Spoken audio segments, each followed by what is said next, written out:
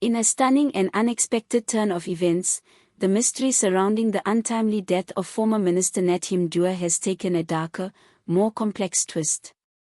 Newly leaked phone records, allegedly capturing Dua's final conversation with political firebrand Julius Malema, have sent shockwaves through South Africa's political landscape. The supposed recording, which surfaced late last night through an anonymous whistleblower reportedly linked to a state intelligence unit, unveils what appears to be a tense, emotionally charged dialogue that occurred just moments before Dua's tragic demise. According to sources familiar with the leak, the conversation took place around 10:47 p.m., less than 30 minutes before Dua's vehicle was discovered abandoned and crashed along a secluded road on the outskirts of Pretoria. Although the audio file has yet to undergo official authentication, its contents, if genuine, paint an unsettling picture of betrayal, political coercion, and fear.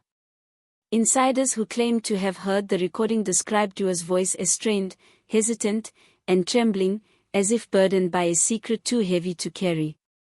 In the alleged audio, Dua can be heard telling Malema, "You don't understand what they've done, Julius. This goes beyond politics now. They're watching all of us." The remark suggests that Dua believed he and others were under close surveillance, potentially by figures within the government or intelligence community. Malema's alleged response, however, is firm and cutting: "You had your chance to speak, comrade. Now the people want the truth." This exchange, analysts argue, reveals more than a personal disagreement.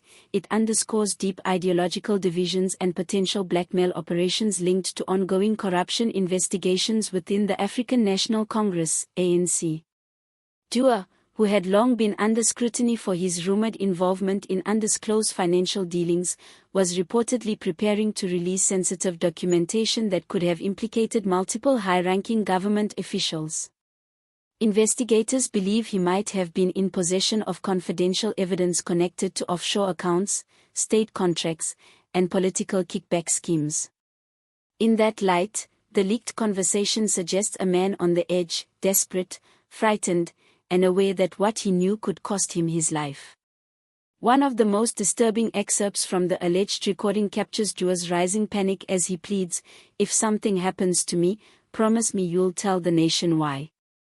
His words echo a haunting sense of premonition, as though he anticipated the fatal events that would soon follow. Malema's final reply, however, is chillingly composed: "You've already said too much, old friend." Then, the call abruptly cuts off. Those final seconds, abrupt, hollow, and final, have become the center of national obsession. In the 24 hours since the leak, investigative journalists, political commentators, and digital forensic experts have been dissecting every second of the audio. The debate over its authenticity has divided the nation. Some analysts argue that the recording is a fabricated smear campaign intended to undermine Malema's political credibility at a time when he has intensified his criticism of the ruling government. Others insist that the leak exposes a hidden power struggle among South Africa's political elite, a silent who fought not with bullets, but with secrets and surveillance. Adding to the controversy, an independent forensic analyst who claims to have reviewed the leaked file stated that the background noise, voice modulation, and timestamp alignment correspond closely with Dua's known communication patterns. The expert admitted that there is still no absolute confirmation of authenticity, yet emphasized that no evidence thus far suggests that the file was digitally altered, artificially generated, or tampered with. If this analysis holds true, the implications are severe, potentially confirming that Dua's final moments were indeed spent in confrontation with one of the country's most polarizing political figures. In the wake of the uproar, the Economic Freedom Fighters, EFF, issued a short but pointed statement condemning the leak as malicious disinformation aimed at assassinating the character of Commander-in-Chief Julius Malema. The party denounced what it called a coordinated propaganda effort meant to distract the public from real issues facing the nation. The ANC, however, has chosen silence, a silence that many interpret as suspicious. This refusal to comment has only intensified speculation over who might be behind both the leak and the tragic sequence of events that led to Dua's death. Meanwhile, the public reaction has been nothing short of explosive. Across the streets, in townships, and throughout the digital space, the alleged phone call has become a wildfire topic. Social media platforms are flooded with hashtags such as #DuaLastCall and #MalemaLeak, both of which are trending nationwide. Citizens, activists, and political observers alike are demanding transparency and an independent inquiry into the matter. Protests have erupted in several cities, with demonstrators calling for accountability and truth. Many South Africans believe the leaked audio could represent the missing link in a far broader web of corruption, power manipulation, and institutional decay. Several civil society groups have echoed these sentiments, urging the formation of a neutral commission to examine the authenticity of the recording and its possible connection to previous scandals that have rocked the ANC. Some activists argue that the alleged call highlights the increasing mistrust between the ANC's old guard and the radical opposition, revealing just how fractured the country's political landscape has become. For many citizens, Dua's death no longer seems like an isolated tragedy. It appears to be part of a larger pattern of political cover-ups, where those who attempt to speak out against corruption often face intimidation, disappearance, or worse. The tone of fear embedded in Dua's voice, if real, suggests that he knew precisely what kind of danger surrounded him. His words, "They're watching all of us," resonate deeply in a country where surveillance, espionage, and internal party rivalries have long been whispered about but rarely exposed so publicly. The unfolding scandal has also reignited debates over the freedom of the press, state security overreach, and the safety of whistleblowers. Many journalists have expressed concerns that their sources within government institutions could now be at risk. Anonymous activists claim that the whistleblower who leaked the audio is already being hunted by internal intelligence agencies, though this remains unverified. As investigations continue, several questions remain unanswered. Was Dua silenced for what he knew? Did the alleged call truly occur, or has the nation been drawn into a sophisticated web of misinformation? If the audio is proven authentic, what role, if any, did Julius Malema play in those tense final moments?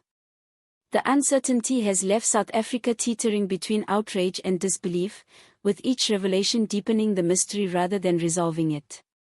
Despite the ongoing debate, one fact stands uncontested: this leak has shattered the fragile veneer of political stability, exposing fissures in the country's corridors of power that can no longer be ignored. Politicians once thought untouchable now find themselves under public scrutiny. Every word of that haunting exchange, real or not, has become a mirror reflecting the nation's anxieties about corruption, loyalty, and betrayal. Media houses continue to broadcast excerpts of the alleged audio on nightly programs, each playing it over and over, searching for subtle inflections that might confirm its legitimacy. Psychologists have even been consulted to analyze the emotional tension within Dua's voice, describing it as a blend of fear, guilt, and resignation. These experts suggest that whether genuine or fabricated, the recording captures the psychological portrait of a man cornered by forces far beyond his control. Public figures from across the political spectrum have weighed in. Some of Dua's former allies have called him a martyr for truth, insisting that his death was no accident. Others dismiss such claims as conspiracy theories fueled by grief and political opportunism. Yet the unanswered questions surrounding his final hours continue to gnaw at the nation's conscience. International observers have also taken notice. Global news outlets and human rights organizations are now demanding that South African authorities conduct a transparent and independent investigation. Some analysts warn that how the government handles this crisis could determine the country's credibility on the world stage. If proven authentic, the recording would not only shake domestic politics, it could also expose systemic corruption at the highest levels of power. As the controversy deepens, whispers of new evidence have begun to circulate online. Some claim additional recordings may exist, potentially revealing a broader conspiracy involving both ruling and opposition figures. Others insist the whistleblower possesses classified documents that could permanently alter the political balance. Whether these rumors hold truth or not, they have further fueled the public's obsession with the case. In Pretoria, candlelight vigils have been held in Dua's memory, with citizens gathering to mourn what many view as the silencing of a man who dared to challenge the system. Protesters hold signs reading "Justice for Dua" and "Truth shall not die in silence." For them, the leaked audio has become more than a political scandal, it's a symbol of the people's growing frustration with a system perceived to be corrupt, secretive, and unaccountable. Meanwhile, government officials continue to walk a tightrope between denial and damage control. Some ministers have called for patience, urging the public to await official verification of the file before drawing conclusions. Others within the ANC are reportedly lobbying behind closed doors to suppress further leaks, fearing that new revelations could dismantle what little trust remains between the party and its supporters. Even as authorities attempt to downplay the situation, the court of public opinion has already rendered its verdict: something is terribly wrong. Whether Dua's voice on that call was authentic or not, his death has exposed a truth far larger than any single recording, the pervasive sense that truth itself is under siege. For now, South Africa waits anxiously. The unanswered questions hang heavy in the air, echoing through parliament, newsrooms, and households alike. What did Dua truly know? Who was he trying to protect? And who benefited from his silence? Regardless of what future investigations reveal, one reality remains undeniable: this alleged phone call has reshaped the national narrative surrounding one of South Africa's most controversial deaths. It has cracked open a door that many in power hoped would remain sealed. And even if the recording is ultimately proven false, its psychological and political impact has already taken root, altering how the public perceives those who govern them. As the final echoes of Dua's voice fade across the nation's airwaves, they leave behind an indelible message: in the ruthless arena of politics, not every truth is allowed to survive, and some secrets, once whispered, can change a nation forever.